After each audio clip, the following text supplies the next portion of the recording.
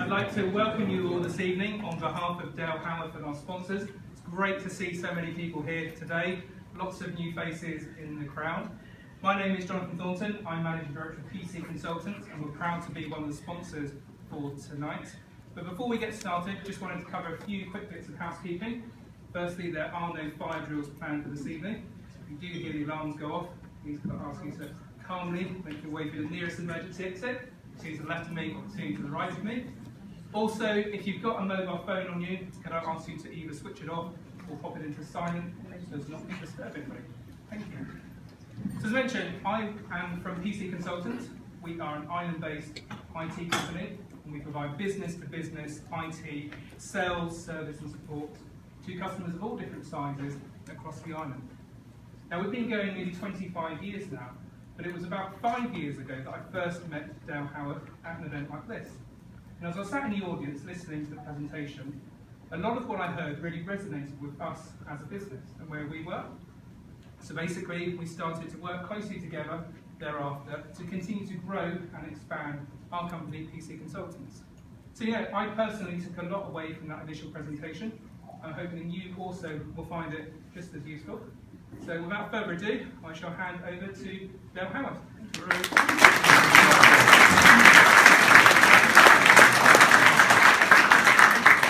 Good evening, everybody. Can you all hear me? Yes. Some of you might not be able to see me, but I'm moving backwards and forwards. The pillar will not be an obstacle in the way of tonight's presentation. A couple of quick questions up first. Has anyone got a P45? For me to present? And hopefully my voice will hold up throughout this presentation. Those of you that look puzzled, watch the news this evening, it will become clear. As you know, my name's Dale Howarth. That's one of the few photographs I have, which I actually like. I'm not as attractive as people like that. But hopefully I know what I'm talking about, and I've done this for a lot of years. It's great to have you all here, really good audience, very, very full. Good things for the Isle of Wight. It's great that we can all come together, do the networking, really high quality, have so many great sponsors supporting events such as this one on the island. In terms of tonight, we're going to cover quite a lot.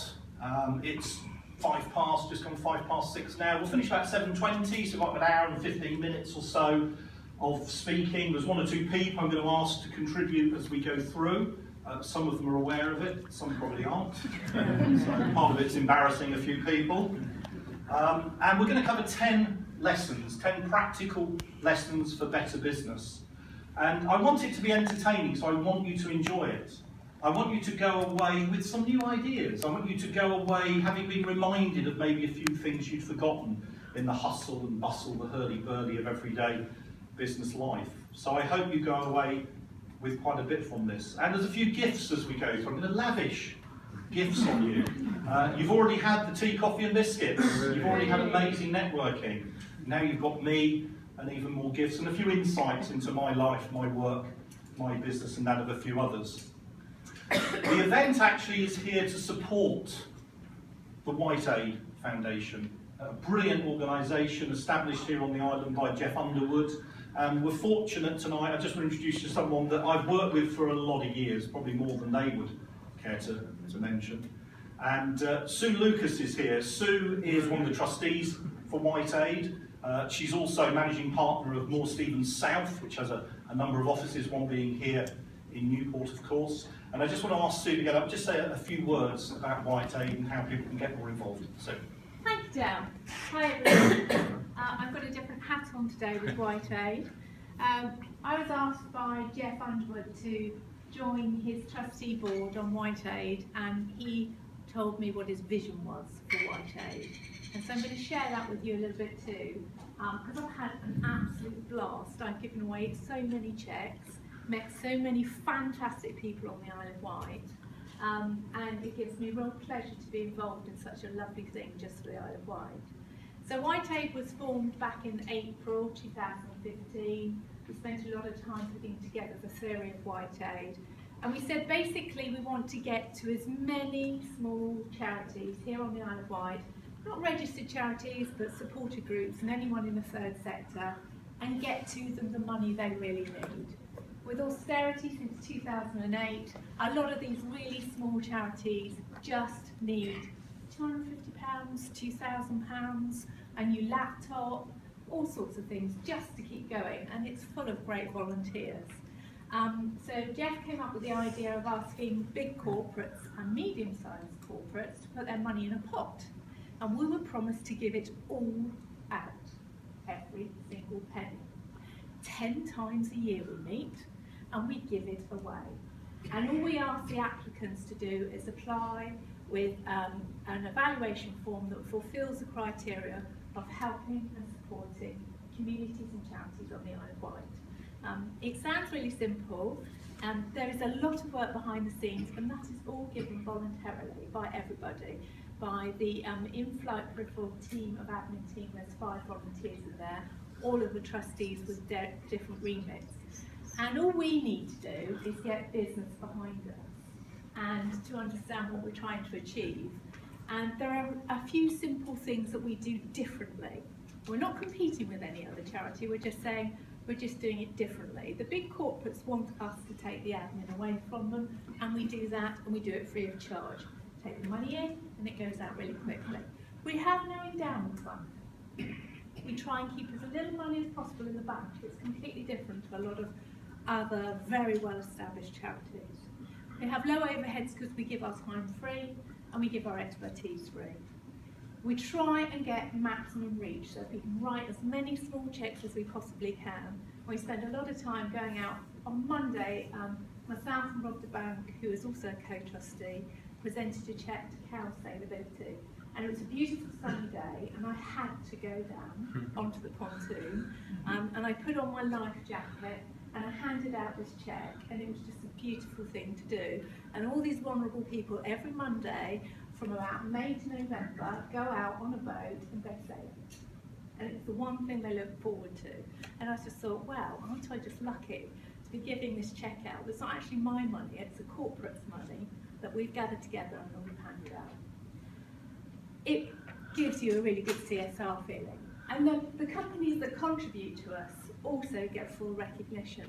So they get recognition on our website, they get recognition in our accounts, and they get recognition in our PR. So if you, as an island supporting business, decide to join the big corporates and give, it doesn't have to be a huge amount, it doesn't have to be annually, but give a bit, you will get a bit back, you will get complete recognition. We can guarantee we will not spend your money on running the charity, we will send it out to the Isle of Wight, and that's our criteria in our objectives. And as I'm the treasurer and a chartered accountant, I have to comply, otherwise big really. So we need the sustainability of the corporates giving us some income. We're having difficulty persuading the really big guys. We've got some really big employers on the Isle of Wight that should be complying with their corporate CSR. And so we're kind of leading from the middle ground. Lots of people in this room, and you know, we're showing them how to behave effectively, and it's a great thing to do. So the more of you that want to pick up a pack and have a look at being a supporter pack, that would be fantastic. We don't put any amount on it. But what we would then be able to do is have more of middle-sized businesses and smaller businesses saying to the big corporates, your big employers, you have a CSR responsibility to the Isle of Wight. It's simple, and we have great fun doing it. So that's really all I've got to say, Dale. I don't know if I've covered all of the points and there's lots of questions, but I'd like to say thank you very much on behalf of Wight Aid, because whatever you've raised this month, we'll be giving out next month. So, thanks very much.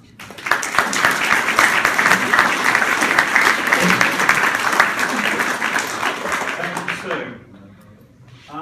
Hands up who doesn't want to be more successful than they are today, who is completely happy with their business as it stands, their wealth, everything they have. Great, we're in the right place.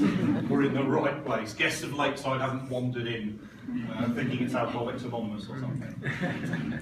We all want to be more successful, and there's different measures on success, and these lessons are all focused on things you can do in your business tomorrow, the day after, next week, next month, next year, that will genuinely make a difference. These are strategies, they're plans, they're techniques, they're simple things that I adopt with the clients I work with that really do help to drive their success, and there'll be real examples as we go through, because it's very easy for people like me to stand up and say, hey, you should do this, hey, you should do that. It has to be real, and there has to be companies on the ground that are doing it and seeing the success that comes from it. And the first lesson is really one of reality. The fact is that actually, for most businesses, what they need to be more successful is already there. It's already there in the relationships that you have, the networks you already work within, the clients on your base, the prospects that you're targeting, and so on. The fact for a lot of businesses, though, is we don't recognise it. And we don't recognise it because diamonds in their raw form just look like little bits of translucent rock. You have to cut them, you have to polish them, you have to hone them to make them into the beautiful things that we see in a jeweller's window, a ring on the finger, a necklace, a pair of earrings, or whatever. But the fact is those opportunities exist. Every single one of you will have opportunities today that will help you realise the potential in your business. And there's a story that goes behind this. The story comes from a gentleman called Rosser Reeves. Anyone here aware of Rosser Reeves? Didn't expect you to. He was born back in the turn of the last century, learned his trade in the 20s and 30s, but became very, very dominant within the whole advertising, marketing arena, particularly through the 40s, 50s, and well into the 60s. And he came out with a number of principles, and one is Acres of Diamonds, and he uses a true story to reflect the importance of it. And the true story is of a farmer in the Midwest in the USA, and he wanted to be very wealthy. And the farmer felt that in order to be wealthy, he would need to sell his farm, move to Africa, and buy a diamond mine. So that's exactly what he did. Unfortunately, some years later, he died, still very, very poor, never really found diamonds of any value or size. In the meantime, the people that bought his farm in the Midwest found one of the largest oil reserves in the area and became phenomenally rich. Now, the moral of the story is, what he needed to be more successful was already there. He was thinking it was diamonds. He should have been thinking about oil. But the first thing for you to take away is to really sit back and think, what are the opportunities that are already available to me? What exists within my business where I can turn these little pieces of translucent rock into finely polished diamonds? The next thing is, I'm a great advocate of small businesses. I work with New Star, entrepreneurial spirits, partnerships, micro businesses, right through to SMEs, and some quite significant corporates. Clients I work with here on the island, and also much further afield, North America, one or two clients across Europe. But actually, small businesses are where my passion is, because small businesses have so much more that they can bring to the table. They are far more agile than larger businesses. And irrespective of whether a business is small or if a business is very large, it has to start somewhere. We lose sight that we see these big businesses, whether it's Amazon, whether it's Starbucks, or more locally companies like Liz Earle, and we just assume they started that way. Well, they don't. It often starts just with an idea, with a little step. But little steps lead to big changes. And if you can wake up every day, and if by the end of that day you can do something, one thing that's one little step towards your goal, then it's surprising over time how successful you can be. Because that's how most businesses start. They're not born big, they start with an idea. And as I said, small businesses are very agile. They have some significant advantages over big businesses. People often use the analogy of speedboats against oil tankers, and it's a good one because it's true. So you have a massive advantage, and there's lots that you can do if you're working in markets where you have big competitors to really take advantage of that. There's lots of things. Small businesses are more nimble, they're more agile, they genuinely care more about their customers. You don't tend to get the silos that you get in large businesses, which inhibits so much from actually happening. They tend to be more passionate. And also around innovation, you can have an idea and you can tweak it. Very difficult in big business to do that because that seems just fiddling with something that the idea wasn't very good in the first place. And if you have some aspect of innovation, some new service you're trying to develop, some new product you're trying to build, if it's not successful, you can actually just stop doing it and move on to the next thing. Very difficult for big businesses to do that. They've gone through a massive amount of justification in the first place, and if there's failure, it's seen as that failure, and therefore they have to lay that at someone's feet. And so you're finding big businesses that will often continue with things that aren't going to work for them simply because they're too afraid to admit, hey, it didn't work, we've lost all that money, let's move on. Smaller businesses are also better placed to spot local market opportunities and to identify niching opportunities. So there's a lot available to you as a small business, and again, a lot of work I do with small businesses against larger organisations brings a lot of these benefits certainly forward. A couple of examples. IFPL, I love IFPL dearly. You know, not simply because good people like Jeff Underwood start things like Wight Foundation that's there to genuinely give back. But as an organisation, it started way back in 1996. And how that business started was Jeff went to a trade show over in Orlando, and if you don't know what IFPL do, they make these sort of components. So if you've flown on a long-haul jet in particular, doesn't matter pretty much what airline, and you've plugged in your phone into the USB to charge it or transfer data, or you put your headphones in to listen to the music or watch the film, chances are you're using a peripheral from IFPL. They produce those little peripherals that allow you to connect with the in-flight entertainment systems. And Jeff went to this event and he looked at a product and had a simple moment and said, I could do that better. And he went away and he started to look into that, and he started in his garage at home building a product that was better than what was currently available on the market. And he founded IFPL in 1996, and in 1998 it launched its first product. Less than 20 years ago. And since launching that first product, the company has grown. The company has grown to now almost 70 people. It's in Shalfleet here on the island, something we should be proud of. They've won 2 Queen's Awards for export. And it's a great, great team of people. And I know tonight, you know, we've got Jason here. That's Jason. He's here, one of their marketing and business development team. Really, really good guy, helping to drive that business forward, meeting with a lot of success. And that's gone from an idea of I could do it better to a multi-million-pound international business that's won 2 Queen's Awards for exports. I use myself as an example. I'm here talking to you tonight, 140 delegates, you know, registering and coming to this event. We had a waiting list of almost 30 people, showing we don't have slightly bigger venues on the island. You know, and I address audiences at events, and other speakers come to me afterwards and say, oh, how come your events are always really busy? There's lots of people there. It didn't happen overnight. I did my first event, my first paid event, back in 1996 was my first paid event. And it was for the Historic Houses Association. And I thought, wow, I've made it, the Historic Houses Association. And I went up to London and I was speaking at their conference, which ran over about 3 days, and there were conference sessions and workshops and plenary sessions, and there was exhibitions. And I thought, this is great, 1,200 people at this event. And I was booked to talk to them. And I went into the theatre, which sat 500 people, and I did my address to 6 people, 3 of which were from the organisers. Didn't really bolster the numbers too much in a room that was capable of 500. You know, and some people would have given up at that point, said, oh, maybe I'm just not cut out for this. But we've all got to start somewhere. You know, my first event on the island was at Key Arts, in their little seminar room that's off the refectory. As you first go in, 30 people. It was full. I was amazed. And I've gone on from there to now where I speak at 30, 40, 50 events a year all over, UK, Europe, North America, biggest audiences, 1,200 plus, but you've all got to start somewhere, and that's one of the things. Another example, who's read this book, Dale Carnegie, How to Win Friends and Influence People? Hey, a few people in the audience. If you haven't got it in your library, if it's not on your reading list, please go get it. Unfortunately, Dale's no longer with us, although we share the same first name. But it started off not as a book which sold 40 million copies, still selling up to 5,000 copies a day, even though he died some years ago.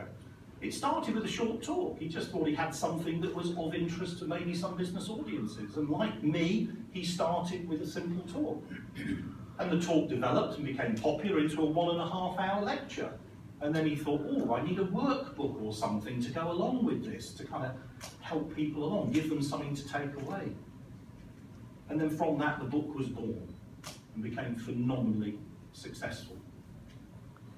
So the lesson here is, as small businesses, we have a big advantage. We can get up every morning, take those little steps that move us forward, and have that realization that although lots of people have good ideas, very few actually follow it through. So if you've got a good idea, please follow it through and stick with it. If I'd have stopped after addressing 6 people at Historic Houses Association, I wouldn't be here today. And some of you may cheer at the thought of that. But hey, we had free tea and coffee. And Wightfibre do really good jelly beans as well. Yeah. The next lesson is never stop learning. It might sound simple, but learning in life is so important. At my home, just outside Newport, I've got a large library of publications, and I use them as reference material, reading material, and it's something that's really important to me. My wife is often frustrated as even more parcels turn up, particularly from eBay. Oh look, it's another book. And the shelves have slowly been taken over from what used to be nice photographs of friends and family to just being books, but at least I contain them in my study. And as Albert Einstein said, once you stop learning, you actually start dying. Reading is important, researching, studying your subject. We never ever stop learning. If nothing else, it exercises our brain, and that's got to be a good thing. We've got Alison Colley here. Where are you, Alison? Where are you hiding? At the back over there. Sorry to embarrass you. This is one of my embarrassing moments for Alison, but Alison's a great person. She really is. A couple of weeks ago, we had the BRI Lunch Club in Newport. A few of you I know went along to that and had a really good talk by Alison on how she's developed her business from her idea, which was around employment law. She set up just in practice on her own. Now she's moved to offices and she employs 3 people. She's done that in a very, very short space of time. And one of the key things for her when she gave us that presentation was the fact that she's always reading. And it's been equally important to the actual qualification she gained initially as to how she's now developed her business skills, and how she's now driving her business forward. And I want to reinforce this point even more. I'm proud to be a CPD accredited speaker, one of a handful in the country, and that means that the content for my presentation has been very carefully considered. It's been looked at, the research material that sits behind it, statements that I'm making, and that's done by an independent body, which is the CPD Standards Office in London. And we're fortunate tonight that we've got some people here who've come from North Island. We've got people here from Scania GB, we've got BAE here, and further afield, can you believe it, Amanda Rosewarne has actually come all the way down from London to be here tonight. So it seemed a great opportunity to embarrass her a little bit. But Amanda is the the founder and chief executive of the CPD Standards Office in London. And what I wanted to do at this moment was just ask Amanda to go up to say a couple of words on the importance of CPD and this continuous learning. Thank you, Dale. Thank you. Good evening, everyone. It's a great pleasure to be here this evening and see so many faces. One of the first things that Dale said as he started this evening was, who doesn't want to be more successful? Who doesn't want to learn a little bit more? And I think it's really interesting, the quote from Albert Einstein, once we stop learning, we start dying. In the UK today, over 80% of the businesses are in the service industry, and we pretty much live or die on the strength of our knowledge, on our customer service, and on the quality of advice that we give our customers and our colleagues. The most successful organisations that we work with are ones that basically cherish learning. And learning can become quite a sort of dirty word, as it were, in the workplace. We get so busy doing everything from a day-to-day basis and answering emails and on the go constantly that we sometimes forget to take a little bit of time out. The CPD Standards Office we started 5 years ago, so a relatively young organisation. We started from a humble research project which looked at the problems of engagement within professional development. And today we've accredited over 750 organisations who either are looking to sort of share their knowledge as educational leaders or thought-provoking seminars, not necessarily as a training provider, but as any organisation being a particular aspect of knowledge within their field that they're able to share with their customers, or indeed organisations who simply want to ensure that they harvest a learning culture within their organisations. And that is absolutely key now in order for us to survive and thrive within this sort of fast-paced work environment that we find ourselves in. So we're delighted to be working with, I was going to call you Albert. This resembles some strikers. I'm not sure I need to flatten you or go any more, Dale, to be honest. But if any of you would be interested in understanding how you too can become a CPD provider, then I'd be delighted to speak to you. And yes, I'll hand you back to Albert. Thank you.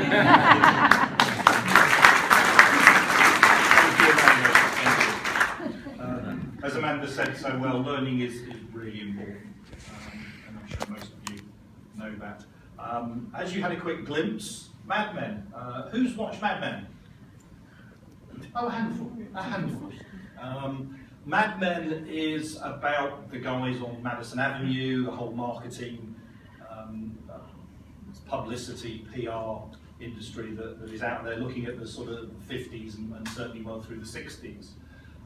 The relevance to this is really around one person, one character in there, with the central character in Mad Men is actually based on Rossa Reeves, the guy I mentioned at the beginning.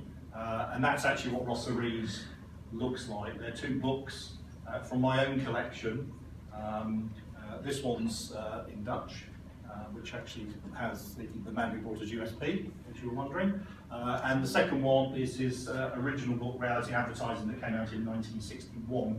And I got up in the middle of the night on eBay to bid for that one, and was successful. Still haven't told my wife how much it cost, but I didn't bring them along because they're far too valuable to leave my study.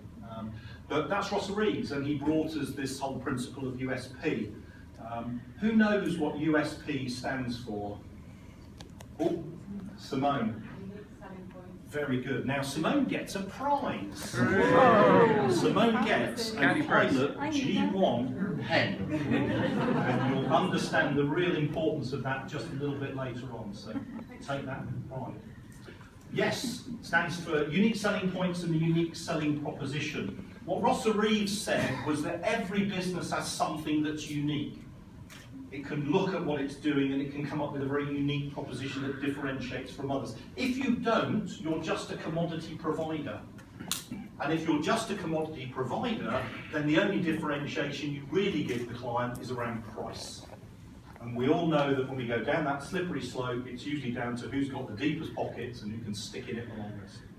So understanding our USP, understanding what makes us different is really, really important. And if there's only one thing you take away from tonight, please take that. Make it your mission to understand what truly differentiates your business from those that choose to compete with you. I don't have competitors. I just have people who choose to compete with me because I am unique. And every single one of you is unique. But you have to take time to understand that, and I'll show you how you start that process in just a moment. It's about standing out from the crowd, because actually it's not brochures, media, websites, PR or whatever that will make you rich. It's none of those things. It's the message that they convey. Otherwise it's just noise.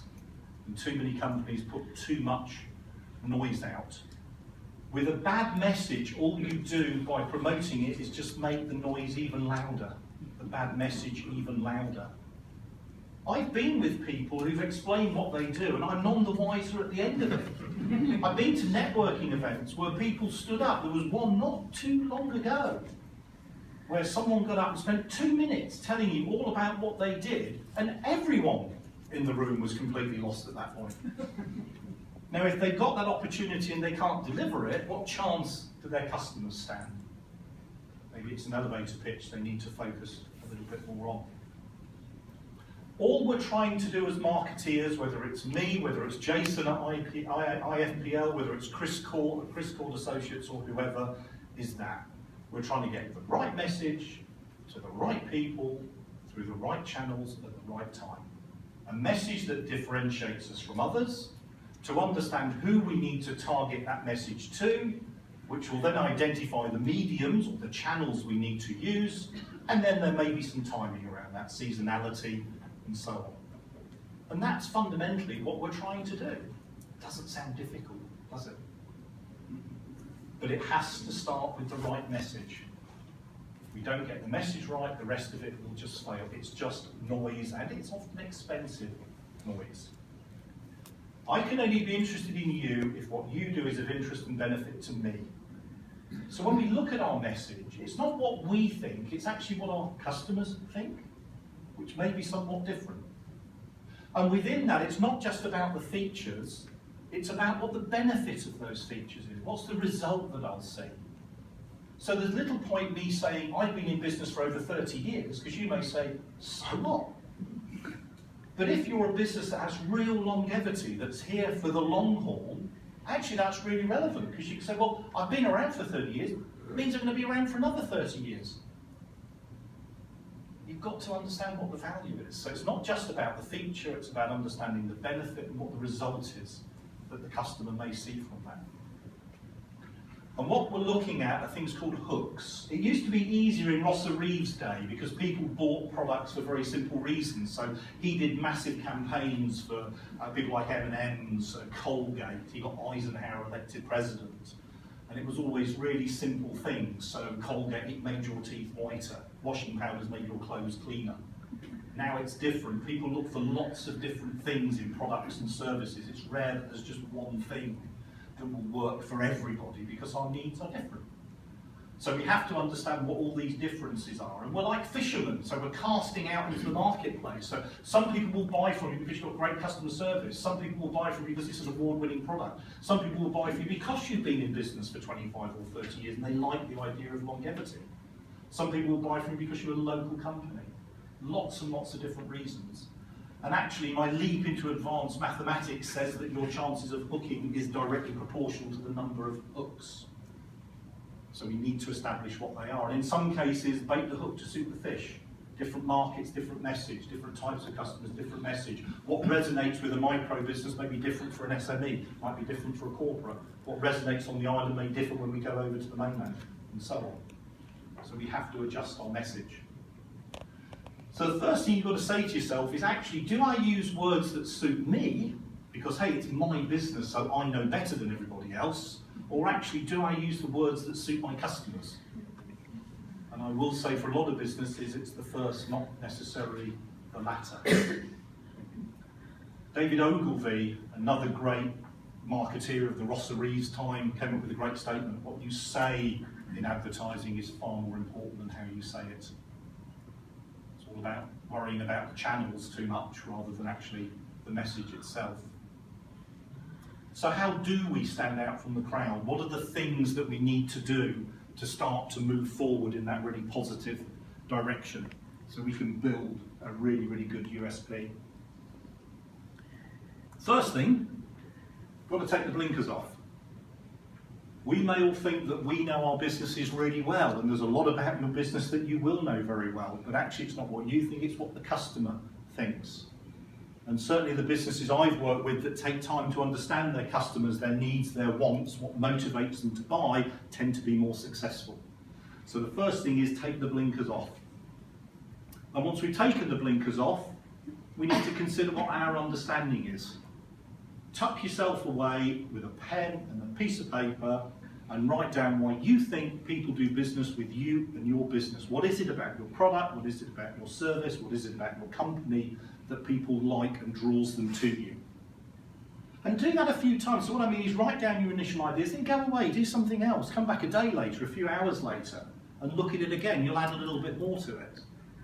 And over just a few days, you'll have what you think is a good understanding of why people do business with you. Then what you need to do is go to someone else. Go to maybe your business partner, a colleague that you work closely with that understands the business well, and get their view. Don't give them your ideas, because you'll just prejudice them. They'll just want to repeat what you said because you're the boss. But get their view on it. And what you'll see when they come back after doing that exercise is there's some commonality and you share a lot of the same thoughts and ideas, but there'll be a few differences that maybe start to show, and that's a really good starting point. The next thing we then need to do is actually look at what our competitors are saying.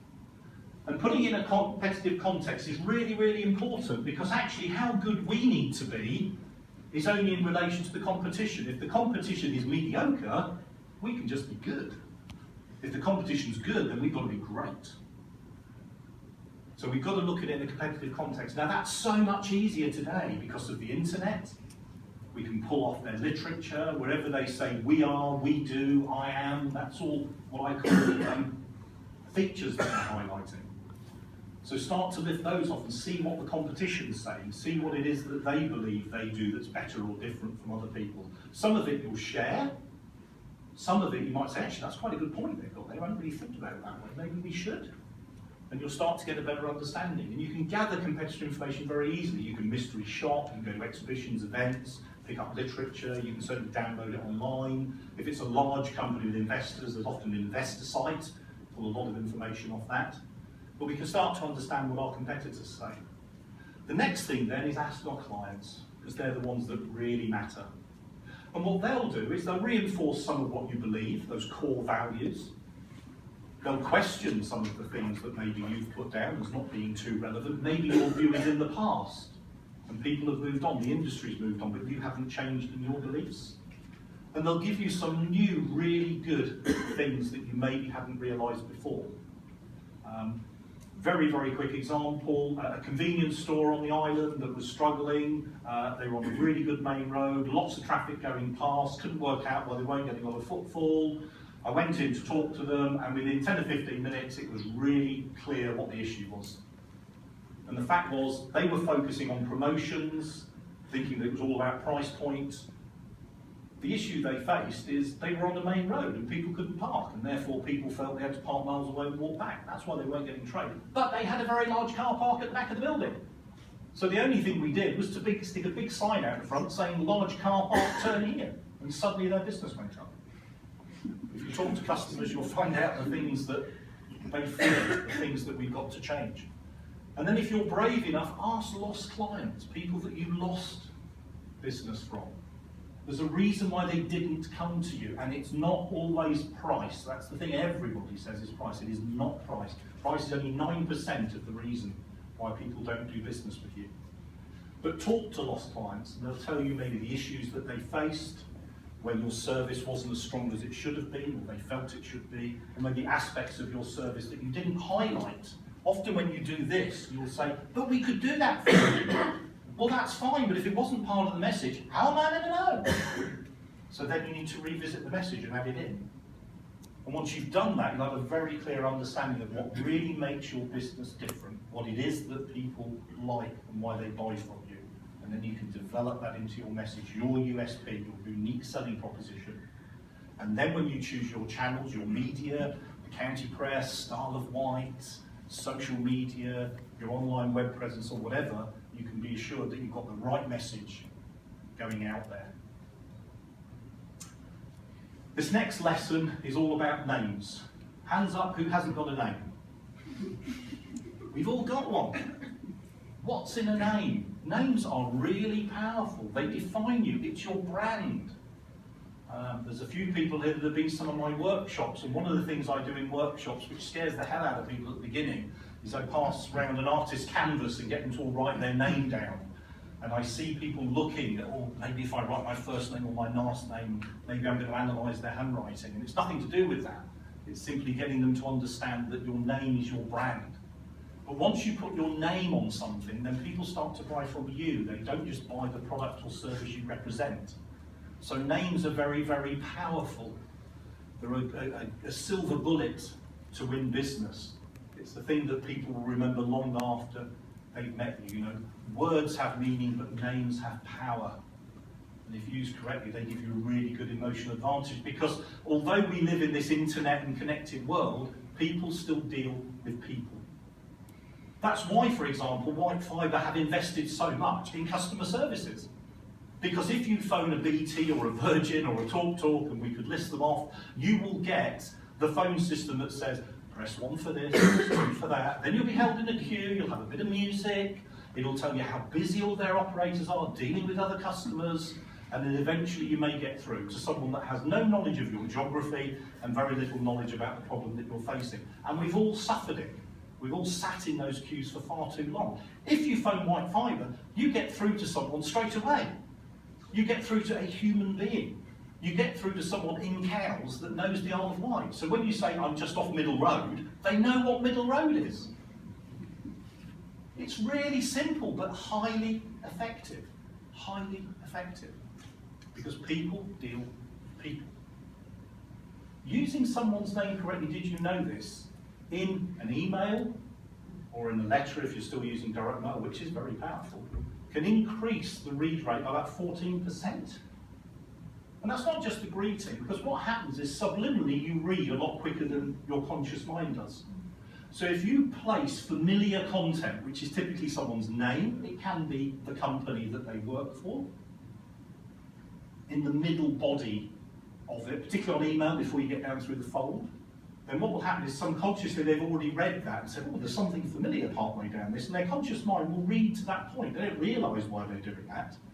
But rather than stopping at the end of the first sentence, or maybe the end of the first paragraph, they will read on to that point, which gets more of your message across of what makes you different, what makes you better.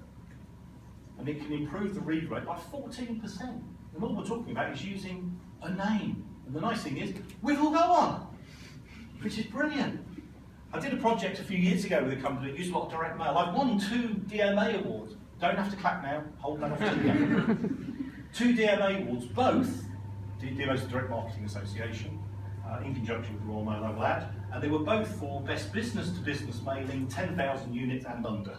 So we're talking direct mail. And it was great to win those particular awards.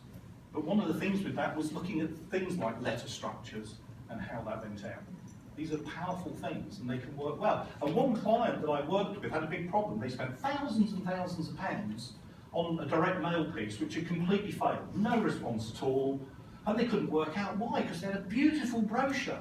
They produced franking machines that literally at one end would take a tree and make it into paper, and then would go on to print it, and then it would personalise it, and then it would put it in an envelope, and they would literally deliver it to their door.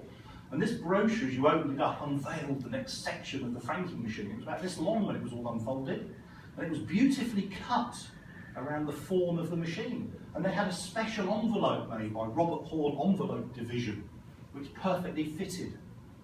And then what they did, they sent it all out and couldn't work out why it hadn't worked. So they called me in because I won some awards, so maybe I could help to enlighten them because they couldn't work out what it was. And it was very simple what the problem was. They'd spent a lot of money on photography, they spent a lot of money on print and design, and then they went to Yellow Pages and they bought a database and everyone went out to the manager. And they wondered why it failed. We make these mistakes all the time, so names are really powerful. So that's one practical example. There's others. My favourite, calling Lois Penny. I went through business school with IBM. I know John Irvine here, chief exec of Wightfibre, was also an IBMer. And IBM used to, in their heyday, 70s, 80s, certainly when I was there, they used to do a lot of direct promotion, magazines, direct mail, and they put out promotions. So they'd say, hey, to find out more about the new RS6000, phone this number and quote reference AZ76. And the responses were okay, because they were leading edge, they were seen as the innovators, but it wasn't maybe personal enough, so they took another look at it. And what IBM did was realise that people didn't like responding just to numbers, it was too impersonal. So they looked at IBM and said, actually, let's use names instead. And they came up with a list of names of people that do not exist in IBM. And Lois Penny was one of those, which was always my favourite. And so instead of going out saying, to find out more, phone this number and quote AZ76, they would say, phone this number and ask for Lois Penny. And suddenly it feels so much nicer, it's so much softer, it's so much friendlier. People deal with people. I'm going to get through to someone. And of course, when you phone, what happens is someone answers the phone and you say, oh, is Lois Penny available, please? Oh, I'm sorry, she's not available at the moment. I'm sure I can help you. Are you phoning about the new RS6000? Well, yes, I am. Oh, that's fine. They immediately forget about Lois Penny because they've got a nice new friend now called Chris Court. Chris Court can help them. So names are really powerful, really useful marketing tools. Scott Bedbury, the guy behind the success of Starbucks and Nike, said, look, a price advantage can be undercut. A product advantage can be overtaken. You know, innovation doesn't last for long, but an emotional advantage provides a real sustainable difference. I'm going to do a survey now. It's one I hate to do. Who here owns an Apple phone? Look at the sea of hands go up. You know, that's because you have an emotional connection with the brand. You know, so getting this stuff across is really, really important. Really, really important. People forget what you said, they'll forget what you did, but they'll never forget how you made them feel. And that always comes down to people. Next lesson. Do you like these slides, by the way? They're good, aren't they? Yeah. I do quite a lot of writing in publications, and one or two we go for these more graphic type things, which I quite like. This one is about why we lose customers. We have to understand why we lose customers, because the reality is not always what we believe it to be. If we can improve it just a little bit, it can have a massive effect on our bottom line. I'm sure a lot of you are familiar with the Pareto principle. An Italian mathematician 2 centuries ago established that 80% of the land mass in Italy was owned by 20% of the population. He then went on to do lots of other research. He used to grow peas in pods in his garden and realised that 80% of his crop came from 20% of the pea pods. If you bring it up to date, 20% of your carpet gets 80% of the wear. So you only wear 20% of your clothes 80% of the time. So 80-20 works really well in business. But it works within business in terms of who your customers are. If you look at your customer list, go home and take a listing off your sales ledger or write down the names of all your customers, and you'll find that actually 20% of those, if you've got 100 customers, 20 of those are 80% of your business. You lose those 20 customers, you have a major, major problem. And that's good when you're targeting other businesses, which we'll talk about in a little bit, but it also means that if we can focus on that 20% that give us 80%, there's a lot more value there, and if we can focus on our competitors' 20%, every single one of those we gain is a massive advantage for us and a real big kick in the teeth for them. So 20-80 rule works very well. It can give you massive, massive gains. Why we lose customers, and not for all the reasons we think. Yes, some people will die, businesses will die, businesses move away either to other products because you don't provide what they need, they might move off the island and therefore you can't maybe help them in the way you used to. Some will seek out competitors, usually through standing orders. They have to get 2 quotes, they have to get 3 quotes. But if the relationship is strong, that can be manipulated very easily. I know companies that put out tenders on the Isle of Wight which say you must be on the Isle of Wight to service this, which knocks all the mainland companies out straight away. Not difficult to do. Price is only 9% of the reason why people don't do business with you. But it's usually 100% of the reason that people give you when they fail to sell something. And that's because it's not their problem, then it becomes your problem. The thing with price is when someone says you're too expensive, they're not saying they can't afford it. What they're saying is you've not given me sufficient justification for the price that you're asking. And we go all the way back to the message. Because if the message is right, people will pay whatever the price is.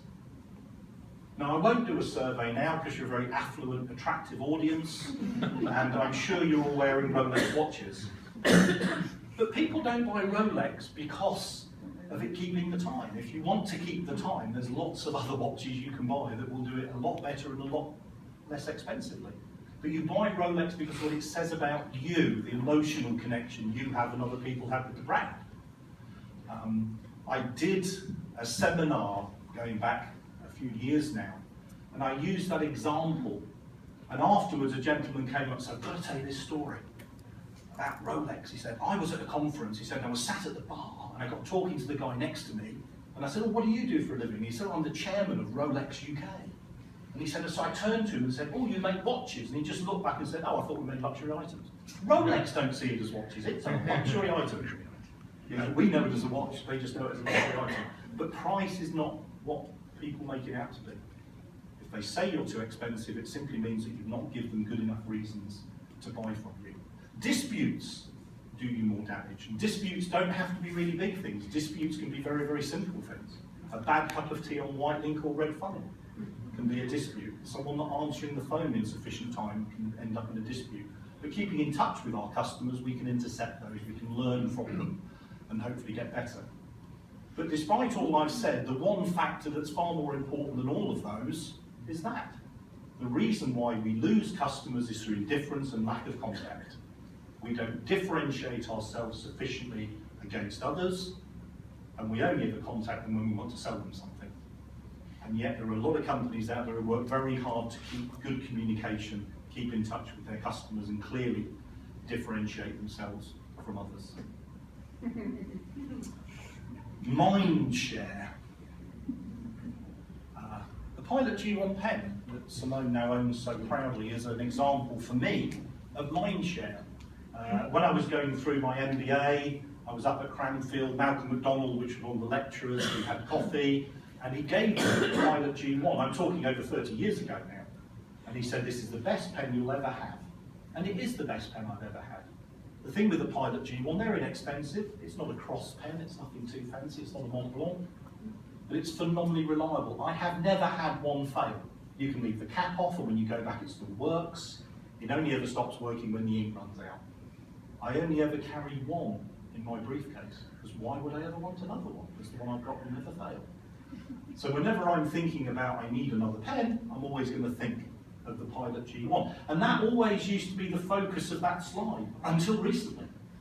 Until recently, when I was researching an article I was writing on innovation, and on the subject of incremental innovation, which is where you just keep changing things a little bit to constantly make them better, and used an example of razor blades. Because it started off with Gillette, with the first safety razor, and then it ended up with 2 blades, then lubrication strips came in, and it went on and on from there. And then I came across a company called Dorco, who do an 8-bladed razor. So I had to inquire and get some for this article, because that's how much I put into these. And it's a brilliant product. I would ask you to come up and feel that. It is so simply smooth because of Dorco. But that's got mind share for me now. It's the key driver when we make any purchasing decision. The first thing we do is rely on memory or past experience. Have I had this before? And if so, was it any good? If it was good, then I'll probably go and buy it again. If you leave here tonight and you think, oh, I'll pop for a takeaway on the way home, you'll already know which takeaway you're going to get, what you're going to order. Beef coming. Because you've had that experience. So the first thing is we have to give a good experience and we have to be memorable, which comes again back to our message. Of course, if we can't do that, we'll rely on someone else's experience. Maybe it's a service we've not used before, or maybe our previous experience wasn't that good. So we'll turn to a friend, a colleague, member of the family, and say, hey, you went out for a nice meal, where did you go? And they'll give you a recommendation or a referral. So again, it's why we have to give a good service. Because if we do that, we keep our existing customers coming back, and we keep others giving us recommendations and referrals, which is the best form of marketing. If we can't do that, we'll jump on the internet. Years ago, the internet was much, much further down the list. We'll start to refer to news media, trade publications, directories. Years ago, Yellow Pages and BT would have been much, much further up the list, certainly before the internet really took a hold. And then you'll have other sources, exhibitions, events such as this, where you may see sponsors or you'll chat, give recommendations and referrals. But the key thing is that we give a good experience, because in doing that, we keep our existing customers coming back, and we ensure that they give good recommendations and referrals to others, but we have to have that clarity of message. Share of mind equals share of business, and it leads to share of customer. Share of customer is where a customer gives you all their business to the exclusion of anyone else, because you build real affinity with them where they want you to be successful. They see it as their purpose. They become real advocates of your business. So building mind share is important. And unfortunately today, our recollection gets shorter and shorter and shorter, our time span, so we have to make sure that we're constantly going out and there's lots of companies that work very, very hard to achieve that. And one company that's here that really does take this seriously is Lifeline. Mark's here. Lifeline, we have the big summer party there, which is a great way of bringing all the customers in. A big customer care team behind it that really is there to work with the customers. And what I want to do is just ask Mark to pop up and just give us just a couple of minutes with his thoughts on what the customer looks like for you and how important keeping them happy is. Thank you, Mark. The customer of Lifeline is identical to the customer of your individual businesses. So our customer is exactly the same as PC Consultants, as Chris Court, or as Wightfibre, in the fact that they are the lifeblood of any business. We take away a customer, we take away the lifeblood of the business, and it doesn't exist. So that's how important it is. And one of the areas, especially for Lifeline, is the products that we sell and service are very often described as a grudge purchase. They're not going to improve your lifestyle, they're not going to improve the value of your home, they're not going to make you more attractive to the opposite sex. None of those things, but it's going to offer you an element of peace of mind. So it's important for us that we maintain that mind share and keep in contact with customers, because the old saying is, if you don't look after your customers, somebody else will. And that is no more true in any business. So how do we do that? Well, there's three areas that we've broken down into what we deliver at Lifeline, and that is no-cost solutions, low-cost solutions, and can we afford not to solutions. The no-cost ones, we've developed what we call and refer to internally now as the John Lewis style of customer service. We want people to have an experience with Lifeline. We want them to enjoy and know people by names and by first names. And we'll come back to that slide that Dale mentioned earlier about the names. It's really important that we remember the customer's name, remember things about them, and that we give our names out so that everybody in the team then becomes an individual and builds a personal relationship with that customer. Other no-cost solutions, we've developed just a saying recently, and that is at the end of a conversation, thank you for your continued business. It doesn't cost a thing, but thank you for your continued business means we really, really appreciate and value how much they are to us as a customer. So that's a couple of no-cost solutions. Low-cost solutions. One of the things, again, that Dale referred to, referrals. When people have a good experience, they'll share that with other people. And we have hundreds of people refer other people to us. Well, why don't we say thank you to those people? Say, thank you very much for referring that customer to us. Here's a gift. Here's something from us to show that we appreciate that. And those things can be really, really low cost. We've tied up with our local company that when we're getting references now, referrals through, we're going to send the referee a small gift, just to show our token of appreciation. Other things that are low-cost solutions, we look out for anniversaries. If there's been a momentous event in that customer's life, it might be an award that they won or a contract they've been awarded. Maybe they've relocated to new premises. Why not send a card or some kind of congratulatory offer to say, well done on winning that award, well done on winning that contract. What a great thing for you, the business, and for the Isle of Wight. And especially with social media, we can hop onto those things and tag them in it. And I know Chris Cole will be able to assist in how you can tag people into a tweet or to a Facebook post that's going to show again that we're taking a personal interest in those individuals. And thirdly, the cost solutions. Well, can we afford not to? As Dale said, we now have every 2 years we have a office party or a come together, come and meet Lifeline, come and see us. It's now famous for its hog roast and for its games and various other bits and pieces that we demonstrate. But that's enjoyed by over 150 to 200 people each time that come and see us here at Lifeline to see what we are, who the team is behind, what our values are, what our ethos is, and that is something that we can give back to our customers. Why do we do that? Well, if we don't look after our customers, somebody else will. We want to stand out as different from anybody else competing in the same market as us. We want that mind share, and ultimately we want to gain the customer satisfaction that's going to continue to make people think, I need fire and security solutions, I'll go to Lifeline. Thank you, Dave. Thank you, Mark.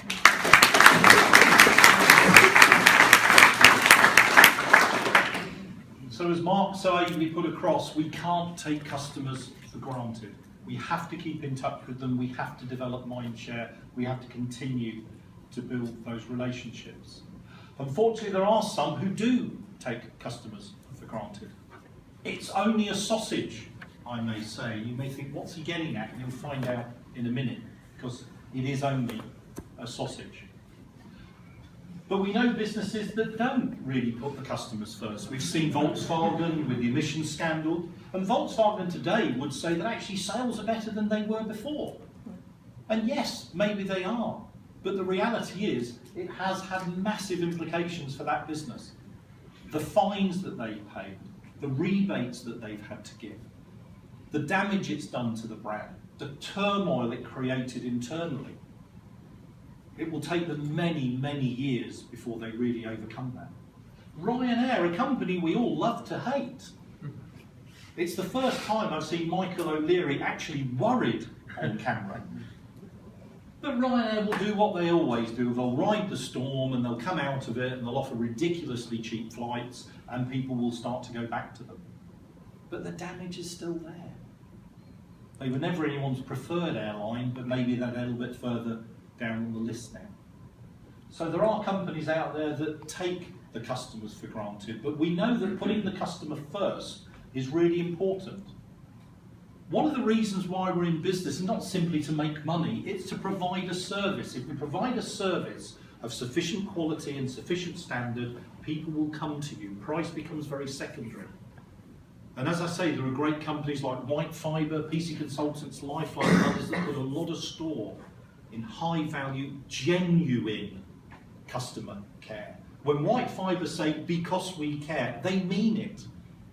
And they mean it across the whole organisation, from John at the top to people on the front line further down, and the teams out in the field. Everybody believes that ethos and it's reflected in every single thing that they do. Because actually the reason we're in business is to gain clients and retain them as an asset of the business going forward. If you're losing as many clients as you're gaining, you're going backwards. Because the cost of acquiring a client is far more than the cost of simply retaining one. And that's why companies like Lifeline put so much into the gatherings with the hog roast and other things that they do.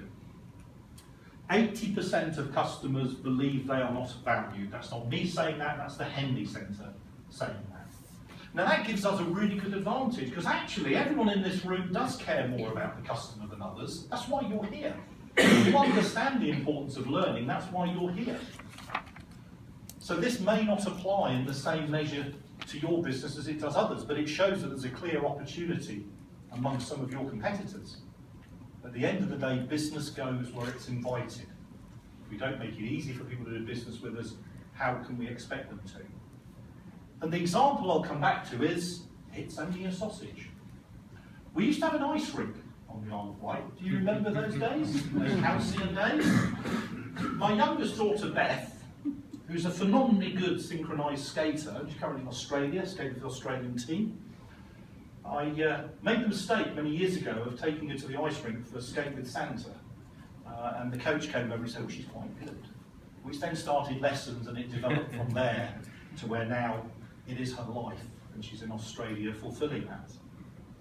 But when I used to take her down to the ice rink, it was very early in the morning. It's a very inhospitable sport. It's either ridiculously early in the day or ridiculously late in the evening that you get the ice time. So I used to take her down, and then I'd go and have some breakfast. Most of the time, I'd have scrambled eggs, or maybe poached eggs, or I'd vary it with some beans. But at one point, and this was after several months of going to exactly the same place every Saturday morning, I thought, do you know, I'm going to have a full cooked breakfast. Despite my svelte-like and athletic appearance, I do like the occasional cooked breakfast. But when I went up to order my cooked breakfast, I looked at the menu and it came with tomatoes, mushrooms and black pudding, three things that I don't like. So I thought, well, I've been coming for a long, long time, so I said, oh, would you mind? I don't like the tomatoes, mushrooms and the black pudding. Could you take them off? Maybe just put the sausage on instead? And he just looked at me and he said, we don't do substitutions. And I was taken back, and I was shocked, and I was stunned.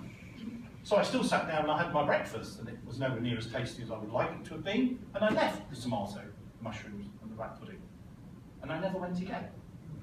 Because as customers, we vote with our feet.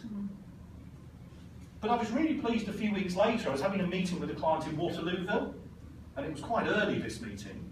And at the start of our meeting, Adrian said, "You know, should we go have some breakfast?" So we went to a local cafe. And as soon as I walked in, I beamed. Because right behind the counter was a big sign saying, "We love substitutions, any substitution 50p. So you could change whatever you liked for 50p. So when I went up and ordered the breakfast, instead of the tomatoes and mushrooms that didn't do the rat pudding anyway, I said, "Oh, I don't want those. Can you take them off and can you pop me an extra sausage on?" No problem at all. I was happy to pay 50p. And I spoke afterwards to the guy that owned the cafe and explained what had happened to me. And he said, "Actually, we had similar issues only a year or two ago." He said, "Well, what I did was look at it in a different way. Instead of looking at it as an issue, I looked at it as an opportunity. How could I meet the needs of my customers? Because most people having a cooked breakfast don't like something on there. So rather than say no, or rather than for me as a business owner to accept the cost of that, it seemed easier to say, if you pay 50p, you can change what you like." And it added 10% to the bottom line. Because the fact is, some of the things that people take off are more expensive than what actually goes back on. And he makes more than 50p. And anything that he substitutes never costs him 50p. So he's quids in no matter what people do. And those 50p's add up because they go straight to the bottom line. 10% more profit it added to his business by just embracing his customers and meeting their needs. So it may only be a sausage, but for him, it's a very valuable one because it adds 10% to his bottom line. Positioning. Lots of aspects of positioning in business, and we could do a whole seminar just on the subject of positioning, and I'm not going to do that. But there's one aspect that I really want to focus on, which is actually positioning for success in terms of when you don't get some business, when you're second choice, or maybe when you approach a client and the time is not right, maybe they have a contract with someone else and they have to wait for that to lapse. What do you do? Unfortunately, when some people are posed with that, when they haven't won the piece of business that they worked hard to put the proposal together and to get to the client, they take that approach. Choose me or lose me. I'm not your backup plan, I'm definitely not the second choice. They get all uptight about it. If they don't do that, they often just ignore the client and move on. Churn, it's referred to in my world. But actually, that's not where the opportunity lies. There is enormous opportunity if you just reposition yourself at that point as the number 2. So when you don't get a piece of business, when you don't win what you were expecting, rather than get upset with the client, rather than go off and take it out on the couch with your wife or drink heavily, what you should do is actually go back to the client and acknowledge, to say, "Look, I appreciate on this occasion, we weren't your first choice. I appreciate we didn't win the business. The first thing we can do is try and learn from that. So what was it about our proposal, our approach, maybe our follow-up that didn't work, because I can improve that going forward, and people are very happy to give you that feedback. But also, and this is the key bit at that time, to say, look, I appreciate we weren't successful. What I'd like to do is just keep in touch. Keep in touch so that if you need us in the future, you know we're here for you. If you want a second opinion at some point, we're here for you. Maybe if the incumbent starts to get a little bit out of line or you think their costs are getting too high, then please contact us. We'd love to be able to put another quote forward. And what you're doing is positioning yourself as the number 2, the next best choice. Because if you don't do that, you could be anywhere in a long list of suppliers. Because at some point, the incumbent will drop the ball. At some point, they will take the customer for granted. And you can also put pressure on the incumbent if you're positioned correctly. Because what you can do is start to send them more information.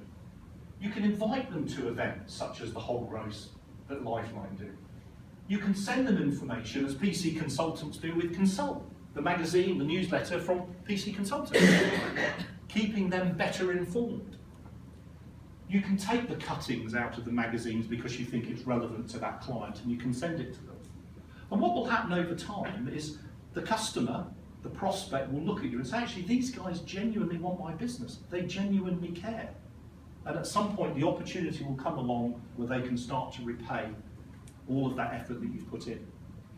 The company that really sort of kicked off the whole concept of positioning yourself as number two was Avis. Back in the 50s, Avis struggled against Hertz. Hertz was by far the biggest car rental company. And it didn't matter how much money Avis spent on advertising, they couldn't make a lot of headway. And so they went to an agency called the Dane Burback Agency, it's now part of Omnicom, and they came up with a brilliant concept, saying, look, rather than trying to beat Hertz in terms of all the things they do and we're better than them, let's actually accept the fact that we're not the biggest. But because we're not the biggest, we have to do things better. And they came up with this initial ad. Avis is only number two in rent-a-cars, why go with us? We try down hard, when you're not the biggest, you have to. And it explains a little bit more what that means about having cleaner cars and the windscreen wipers have to work and they've got to have better local knowledge than other people. And it ends up with a brilliant line.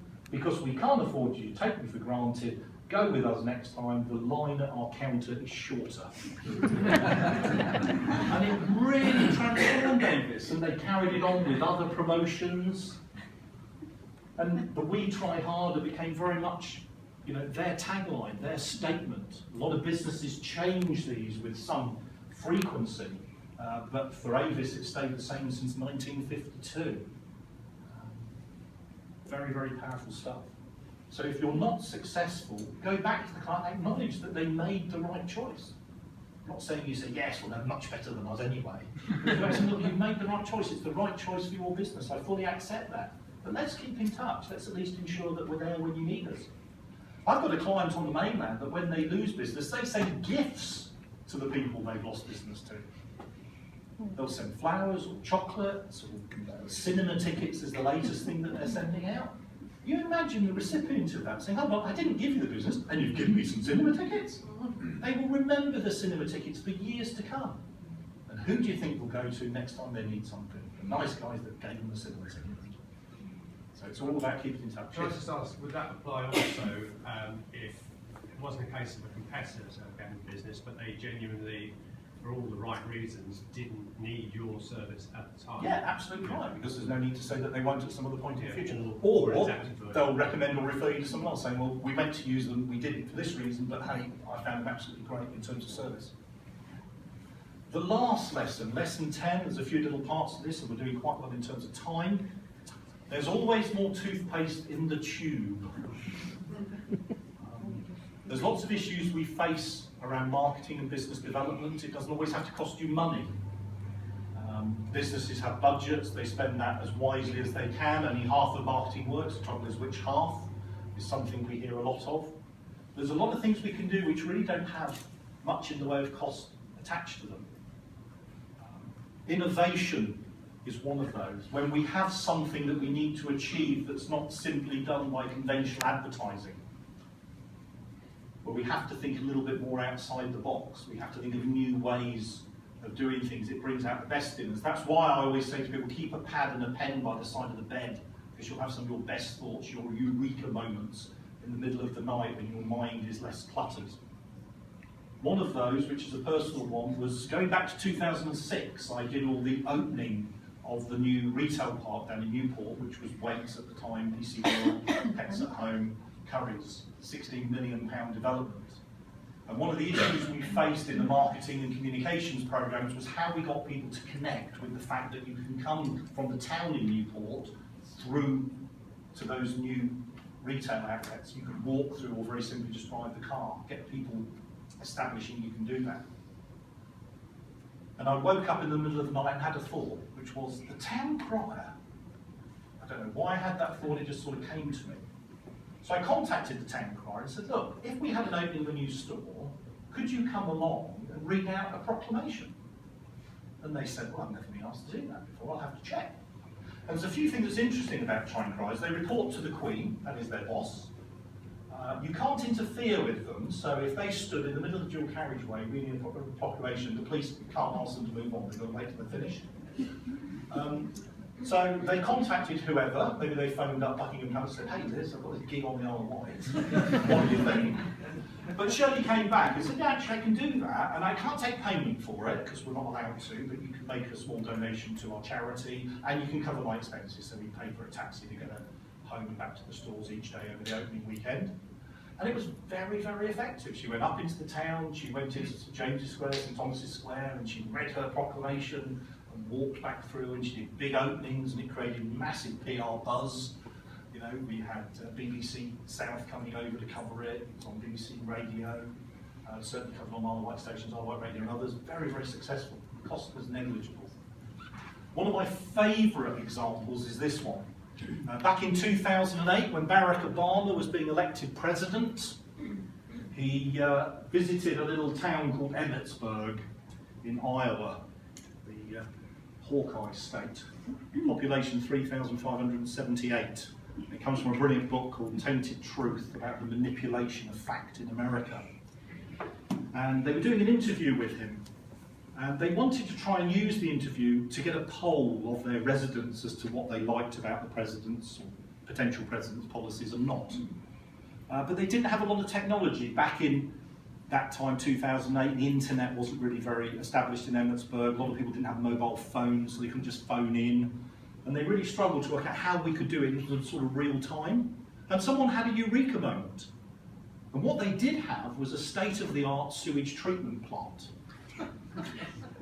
And what they did is when it went out on air, they would pause for a moment and say, if you agree with Mr. Obama's policies, please flush toilets. And they could measure the volume of water that then went through and judge whether people liked it or not. Brilliant piece of innovation, absolutely brilliant bit of innovation.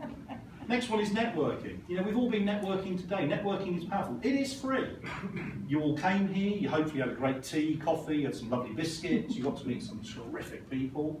It didn't cost you anything, just the time. And you think of the relationships that you started to build from this event that will help you in your business going forward. No cost involved in networking, lots of opportunities out there through the Chamber, through Counts Business Association, through IBN, through BRI Lunch Club, and many, many others.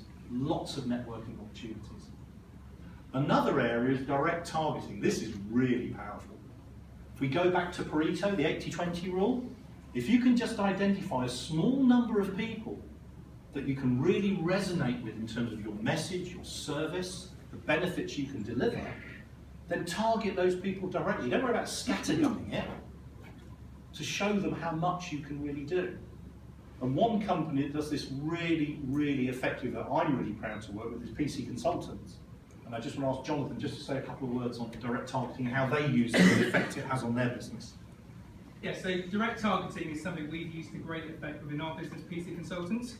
We're fortunate in general to have really good relationships with our customers. Lots of our long-standing valued customers are in the room now, people who have been with us not just years, but decades, even right back to the beginning when we first started 25 years ago. But we sat down, myself and Dale, and we decided to draw up a short list, about 10 companies that we wanted to do business with. People that we really felt would resonate with our service, companies that were other successful, award-winning businesses here on the island, that we felt we could deliver something to these companies. So by having that actual defined list of people, when you're at a networking event, when you're sending out a direct mail shot, when you're doing an email, you've got those customers in mind.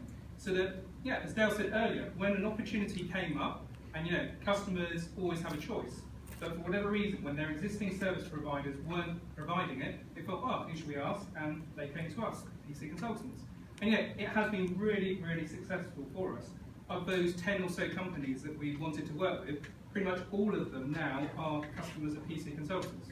Genuinely, every one of them pretty much. And that's a real testimony to the high service and standard that we give to all our customers. But just a couple of points, as have been mentioned earlier, it's definitely got to be genuine.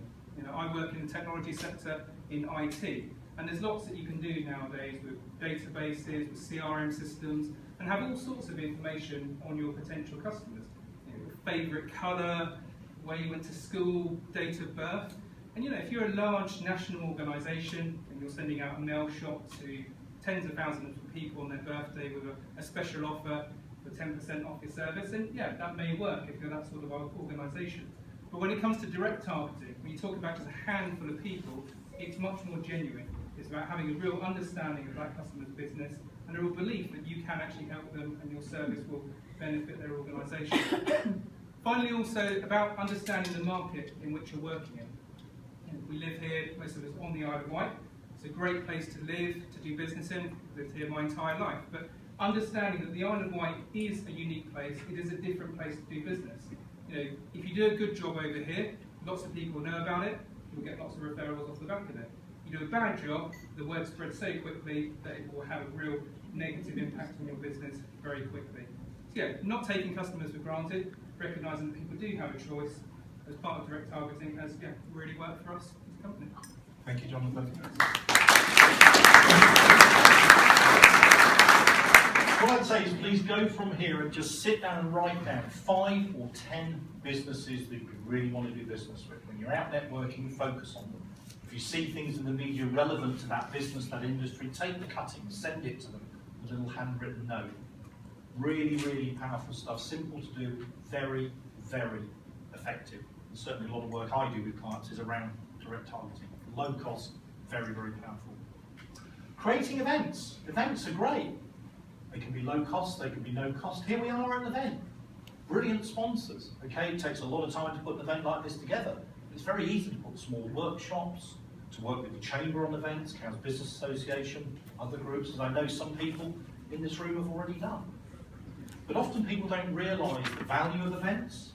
If you look at it in terms of this event, 140 people, 30 people on the waiting list, promoted to hundreds, if not thousands of businesses across the island. How does that help to build the profile? How does that help to move forward? For me, this event is genuinely about giving back. It's not for profit, but it's about giving back to the island because it's somewhere that I live, it's somewhere that I value very much. But events are a very powerful way of generating audiences and generating business. That's why we do events. It's not always about money. You've got support, so we've got Wight Foundation here, certainly a lot more than 2% the reason why they're here. It's about entertaining people. We've talked about keeping in touch with customers. Put an event on so you can invite your customers along. You're doing it, your competitors aren't. Who do you think they're going to resonate more with? Gives cohesion to your offering. Generates affinity, rewarding loyalty with people. And it can help to inform very much as this event does. So lots and lots of reasons why we should be doing events. They're very powerful, we've all got events in us, and not as difficult as you think to put together, and if you do them, there's an awful lot you can gain from it. Piggyback marketing. If you work in an industry where you have other people talking to the same customers that you do, an example would be, if I was Hamilton's Foods, I may go and talk to the people that provide the kitchen equipment to the pubs and the restaurants. Because we work in the same industry, we're talking to the same customers, but we don't compete. If I'm a photographer such as Roger that was here, he may go and talk to a wedding planner because they will plan the weddings and he can work with them then on providing the photographic and video services for that. So it's that complementary marketing, things you can do. PC Consultants with Consult, we put it in Island Business Magazine. That's a form of piggybacking. They've got a publication going out to qualified people that we want to talk to. It's very easy for us to insert that publication and get out to those people. And the last one, it's the last of the lessons, and the last point with the lessons is publicity and PR. Every single business has something at this time that you can develop in terms of PR. If you've taken on apprentices, if you've got some landmark coming up in the business, a new product, a new service that you're doing, if you have an opinion on something that's relevant, they're all things that are newsworthy. If you don't have something that's newsworthy, it's very easy to create it. You can look at things like QIB from the Chamber of Commerce. Very, very recently, Matt at Brightbulb achieving that for his business. It's valued and it's something that then becomes newsworthy. The Chamber Awards which are coming up, being nominated is newsworthy, winning an award is newsworthy. There is so much we can do to generate publicity and PR, and editors need it. Alan Marriott at the County Press wants it. He has a publication to fill, he has to do that every week. If you send in content that's relevant, it will get published. So we should all go away and think, what is it in our business that we can do? Because it's free, and it builds our profile, and it will start to develop the business and get our message across. So that's all the lessons, a couple of summary bits. I do want to thank all the sponsors again for supporting this event. Without the sponsors, we would not be here. And it's those sponsors that care enough about business on the island to want to be involved with events such as this. I want to thank all of you for being here, because you've taken your time out of busy schedules to come along, and I genuinely appreciate that. And it sets you aside from the rest. We've got 140 businesses in out of over 3,000 on the Isle of Wight. It already puts you ahead of the pack, and hopefully you've gone away with some useful lessons. If you want to see more, I start a series next week with Santander. We're starting in Southampton. We end up in Inverness, not next week, in a few months' time. We're kind of scurrying around a bit, and that's good. We did a series earlier in the year, really, really successful, went down very, very well. Really pleased to be asked to come back and do a second series with Santander. So if people keep an eye on the Santander website, you'll see some of those events coming up, and really be good to see some of you there.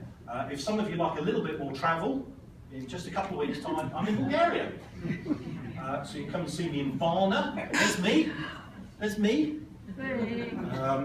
Really pleased with that one. Drayton Bird, the great Drayton Bird. I mentioned people like Ogilvy and so on. He goes back really to that era. He's speaking at that conference. I'm about as excited as most of the delegates are about going to that one. I get to speak. And 1,000 people or so, I think, that are going to that one. So that's going to be a great event. So you can look out for those. If you visit my website, I'm really easy to find. If you just type Dale Howarth into Google, I'm all of the first page, I'm most of the second page. And that's down to brilliant people like Chris Court that keep me very high on those rankings. So it does work if you talk to the right people. Lovely website, lots of details there, things I do, some of my articles, some nice little downloads. That's a really good one about elevator pitch. We all need a good elevator pitch when we're doing our networking. That'll tell you how to do it. It's all free content. And you can keep in touch. Join me on LinkedIn, keep a little eye on things on Twitter. You can certainly email me. And I talked about lavishing you with gifts, as if the Pilot G1 pen was not enough, and the amazing jelly beans from Wightfibre are not enough. It goes on. And what I've actually got is a booklet for you all, Practical Lessons for Better Business. We'll have those as you go out. Please grab a copy. It contains some of the lessons that we've talked about, but a whole lot of other ones. So hopefully it'll add a little bit to what we've been through. The whole aim is just adding even more value to this whole event. I'm pleased to put that together, and been working with Matt at Brightbulb on the visuals for that, and obviously some of the content, some of which feeds from my articles across a whole range of publications. So please grab a copy as you go.